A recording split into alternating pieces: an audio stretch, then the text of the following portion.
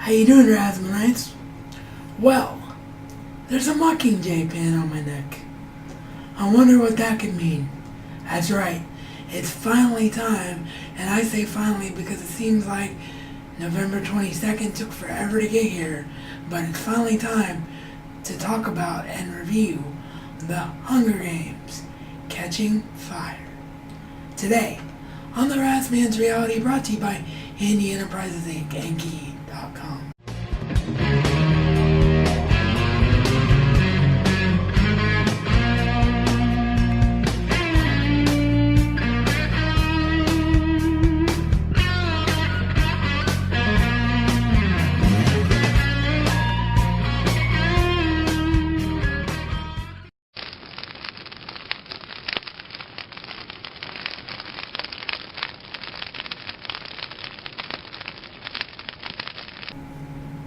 Alright, so the long anticipated film sequel, the next in line in the Hunger Games series, does it live up to the hype?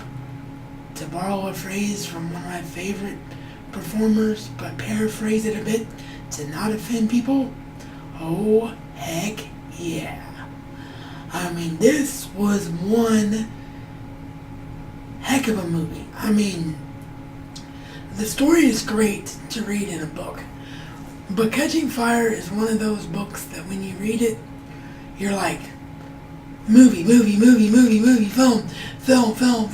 I mean, that's what goes through your head because it's literally from the beginning. Well, maybe not the very beginning, because there is some exposition and setup. You know, you have to know where Katniss and Peeta and all the characters are after the first games, the 74th games that we got introduced to characters through. But pretty much from the word go, this film story is balls to the walls action, and that's what I love about it. It's balls to the walls action and drama, and really, as much as this franchise deserves to be talked about, I don't really want to go into it right now, simply because I don't want to give away any spoilers to anyone who hasn't read Catching Fire.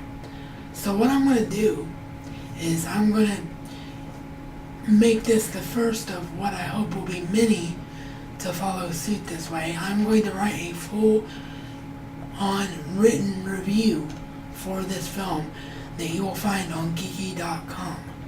So check out Geeky.com in the coming days and you will get my full opinion. I will go into full detail, and I apologize for Toby in the background there, but I will go into full detail about how much I love this film, what works from the books, what doesn't work from the book, etc., etc., etc. What you need to know about Catching Fire is that Catching Fire is an experience, and Catching Fire is intensity personified. The world that Suzanne Collins created in the Hunger Games gets taken to a new height, way up here in Catching Fire. And if you thought the Hunger Games pushed the boundaries of culture, if you thought the Hunger Games pushed the boundaries of what can be expected from that world and that post-apocalyptic future, you've got a whole nother thing coming, because in this movie you get happiness, heartbreak, overwhelming, pit-dwelling, gut-wrenching sadness. You get every emotion possible over the 2 hours and 25 minutes of this film. And Jennifer Lawrence, if she hadn't already won an Oscar, a deserving one at that, for Silver Linings Playbook, I guarantee you that after Catching Fire, she would have won her first. And I guarantee you that after Catching Fire, she, by all rights, should be a 2-time Oscar winner. The problem is, because The Hunger Games is a fantasy film, you're probably going to get that stupid stereotype of, oh, we're not going to give an Oscar for performance in a film like this. But both Jennifer Lawrence and Josh Hutcherson, for that matter, really just elevated their game. They obviously had been a fan of the books, or became a fan of the books once they got the roles. I know Jennifer was a fan of the books first. I'm not sure if Josh Hutcherson was. I can't remember from the bonus features of the first film.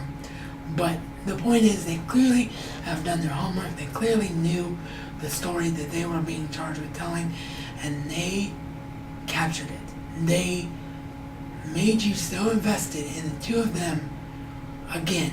And then on top of that, you got other great characters. That's what I can talk about with this film, is you've got other great characters that continue, like Effie, who really grows, Hamish, who really grows, everyone from the Capitol who really grow, even new characters who become so essential without spoiling anything. There's new characters that become so essential. And what I mean by that is I have read Mockingjay, so I do know what's coming in the next two films. So without getting into that and ruining things for people in this story or the next one, they're quite essential characters that get introduced in the film, and the actors and actresses that played them are fan-freaking-tastic. I mean, it's just such an emotional ride. So that's what I can tell you out of this. I can tell you three very important things, three very important reasons to go see Hunger Games Catching Fire. Number one, great direction and great cinematography. Number two, great adaptation and tremendous storytelling. And number three, unbelievable, emotional, pit-filling, heart-dwelling, encompassing essence of being. That is what you're going to get from Catching Fire. This film has everything that any cinephile could ever want. And it is the most intense story. Matter of fact, you know what? Now that I've sat here and done this, I think what I'm going to do is, I'm going to write that written review, because I really do want to start writing again as a cinephile. But what I'm going to do is borrow a page from other YouTubers that I've seen a lot of people do. This is going to be the non-spoiler review of Catching Fire.